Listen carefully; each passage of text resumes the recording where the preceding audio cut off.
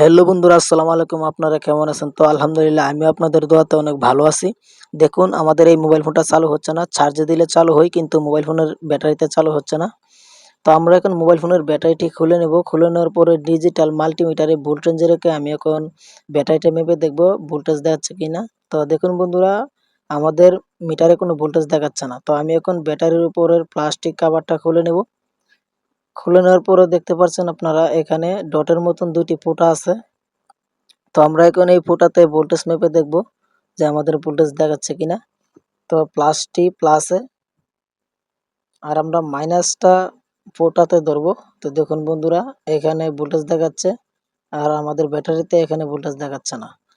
তো বন্ধুরা আমি এখন এখানে কয়েলটা নিয়ে জাম্পার করে দিতে পারি। তো দেখুন বন্ধুরা, আমি এখন জাম্পার করে নিচ্ছি। আর যারা আমার চ্যানেলটি সাবস্ক্রাইব করেন নাই, এখন সাবস্ক্রাইব করে নিন। লাইক, শেয়ার, কমেন্ট করতে ভুলবেন না। তো আমি আপনাদের জন্য দোয়া করব, আপনারা আমার জন্য দোয়া করবেন।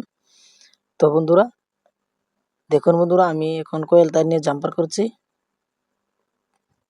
তো দেখতেই পাচ্ছেন বন্ধুরা, খুব সুন্দরভাবে জাম্পারটা করে নিছি।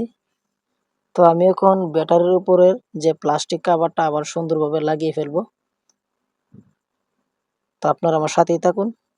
তো আমি এখন ব্যাটারির প্লাস্টিক কাভারটা লাগিয়ে ফেলছি। তো এখন আমি দেখতে পারি যে আমাদের মোবাইল ফোনটা চালু হয় কিনা।